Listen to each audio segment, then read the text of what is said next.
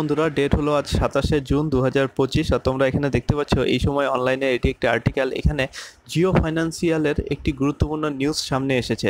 কী সেই নিউজ এবং তার কী প্রভাব পড়েছে জিও ফাইন্যান্সের স্টকের উপরে সেটা নিয়ে ডিটেলস আলোচনা করব। কিন্তু তার আগে চ্যানেলে নতুন হলে চ্যানেলটি সাবস্ক্রাইব করে দিও, কারণ শেয়ার মার্কেট নিয়ে এরকম ভিডিও আমি রোজ তৈরি করি।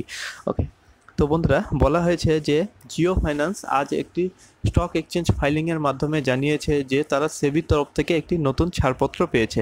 কী সেই ছাড়পত্র? সেটা হচ্ছে, তোমরা জানো যে জিও ফাইন্যান্স এবং ব্ল্যাক রক এর আগে ভারতের মার্কেটে মিউচুয়াল ফান্ড বিজনেসের ছাড়পত্র পেয়েছিল, এবং আজ তারা একটি নতুন ছাড়পত্র পেয়েছে। এবার তারা স্টক ব্রোকিংয়েরও ছাড়পত্র পেয়ে গেল। ঠিক আছে, তারা এখন ব্রোকার হিসেবে কাজ করারও ছাড়পত্র পেয়ে গেল।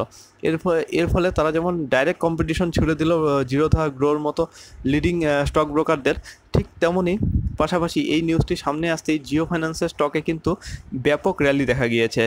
গতকাল যেখানে জিও ফাইন্যান্সের স্টক ক্লোজিং দিয়েছিল 312 টাকা 40 পয়সায়, আজ ওপেনিং দিয়েছে 313 টাকা 85 পয়সায়। আজ সেখান থেকে ডে হাই ক্রিয়েট করেছে 328 টাকা 25 পয়সা।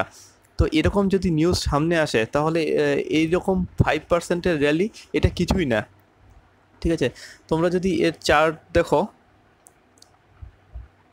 তাহলে দেখতে পাবে আজ তো এখানে কিছুটা প্রফিট বুকিং হয়েছে, কিন্তু তার আগে দুপুর 12টা নাগাদ দেখতে পাচ্ছ যে এখানে 5% কিন্তু র্যালি হয়েছিল।